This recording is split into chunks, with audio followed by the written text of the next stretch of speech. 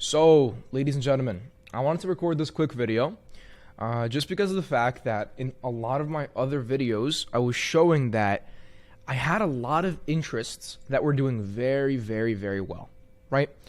Now, for those of you who do, Facebook ads, you know that a lot of the time, especially for something like home improvement, broad targeting is going to get you very good results, right? Now, why is that, right? Facebook's algorithm knows a lot more about the users than you ever will, no matter what, right? It's almost arrogant to think that you'll ever be able to outbuy, Facebook's algorithm. So a lot of people, they'll kind of talk down on interests, and a lot of the time, or not a lot of the time, actually, rarely, interests do better than broad targeting, right? Now, in a lot of my other videos, I was showing that my interests were performing very, very, very well. But this campaign, my interests did horrible, absolutely terrible. And I had to rely on broad targeting to get me the leads here. Now, truth be told, this is an HVAC company. And we did run these in New York City, specifically Manhattan. And we had luck. We had a lot of success with them. 30 leads was enough to book them for the month. And we just turned the ads off because, they don't just want like leads, just going nowhere. They can't really handle more work right now. This is a company we work with for a while now, so we just kind of turn their ads on, turn their ads off. Kind of just depends on the season. But so I did make a video on these guys a little bit earlier when they had like a couple of leads, but now that they have more leads, I'm just making a follow-up video just so I could show you guys what's going on here. So right here, I'm going to refresh my screen like I always do, just to show you guys this is a real campaign.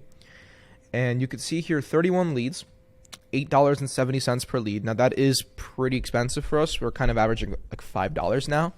And next time around that we launch this campaign, we'll probably optimize it to get this down to like $4 or $5. Even though 8 is still good, right? Like our, I guess, internal KPI, we don't want, okay, if our leads ever go over $10, we turn off the ads. Right? The client should never be spending like more, I'd say, than $200 to get a job, right? Now, from our experience, at least, like, this is like bare minimum, at least 1 in 20 leads close. Like, we're talking like, this is like the worst it's possible, right? In this situation, if the client spends $200 and gets one job, they're still satisfied, right? So that's our like maximal KPI, like absolutely horrible. That's like me like literally like losing my stuff, right? Because like how high it is. Usually we have this like 3 or 5. So the clients are getting jobs for like $50 to $60, right? And they're happy with that and we're happy with that. Now in this situation, I want to just show you guys some of the stats here. I don't know why I just did that. We were at a $36 CPM, which this is in New York City, so it is expensive, I know, but it is home improvement in New York City, right, which is expensive to run ads there. A 2.88% click-through rate and a 1.26% cost per click. Now, what I found very interesting, which I'd actually like to share with you guys, and this is something that I didn't think would work. So if you've ever been to New York City, you'd know that a lot of the buildings there are like apartments, right? Yeah, there are like homes, but there aren't that many in comparison to how many apartments there are. Now, a lot of people in New York City living in apartments obviously don't have like a full central AC system, right? You don't just have one of those if you live in an apartment. You probably have a mini split system. So what we did is we tested a mini split system, which if you don't know what a mini split system is, like let's say you just got into like HVAC advertising, I'm about to teach you guys a quick lesson, which this is massive. A mini split system, right, is one of these that, like, it's like on the wall, and you see these in apartments a lot, right? A central AC system, it's also called ducted, right? A ducted system is something like this, where you have a furnace, you have an AC unit outside, which is a condenser, and then you have ducts that are basically putting air through your house, right? So, like, I live in New Jersey, right? Like, I have like a house, and we have ducts through the house, but I used to live in New York, and in New York, we actually had a mini split system. So knowing this, we launched these advertisements, and we do dynamic creative, right? So we launch like 10 creatives with one single advertisement, and I was looking and we launched 5 advertisements advertising a central AC system. So in the actual advertorial, you have like a furnace, right? And then the other 5, we have mini split systems.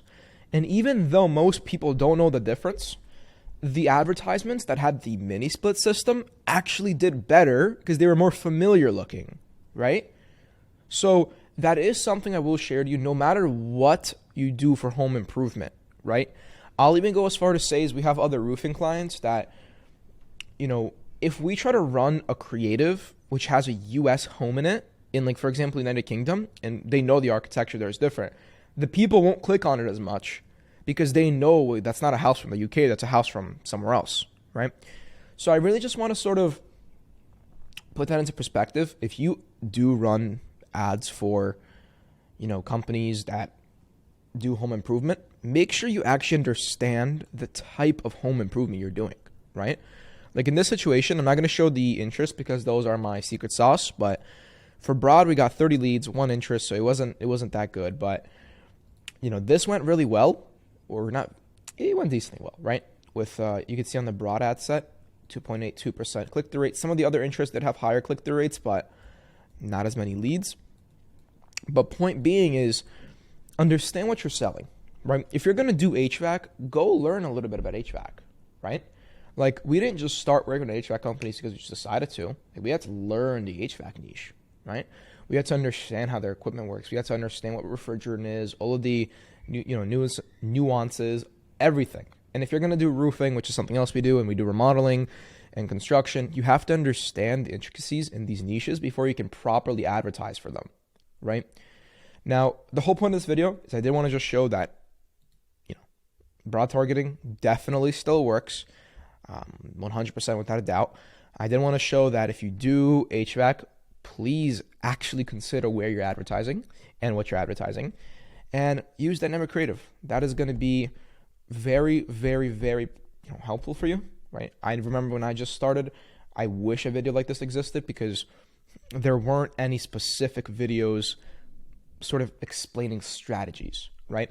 And if you do want to see the overall strategy that I use, the first video on this channel is my overarching campaign strategy, right? It's how I run ads, right? Or how my media buyer runs ads, to be more accurate, from like a high level, right? Meaning like specifically from campaign to ad sets to ads, right? So you could see the whole thing.